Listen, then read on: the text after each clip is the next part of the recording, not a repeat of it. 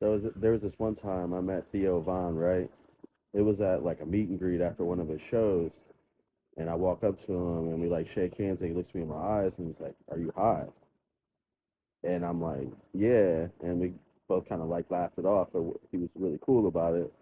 But like it hit me later, and like it made me realize like people could tell. I didn't think people could tell when I was high, and it kind of held me accountable. So without him even knowing, he like made me hold myself accountable.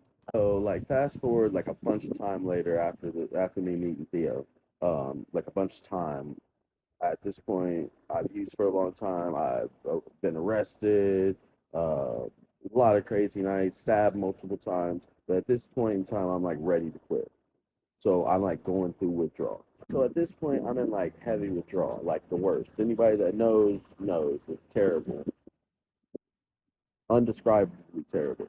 So I'm just laying there miserable, like withdrawing. And on the TV, one of Theo's podcast episodes is playing.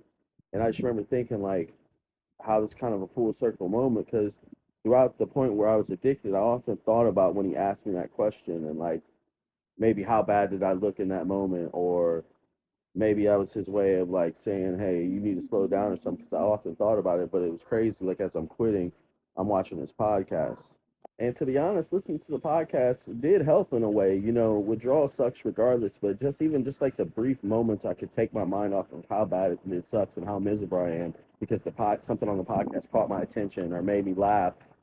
That helped for sure. So yeah, thanks, Theo. Kind of weird telling you thank you, but I need everybody on TikTok and YouTube to spam the comments and tag Theo so he can see this.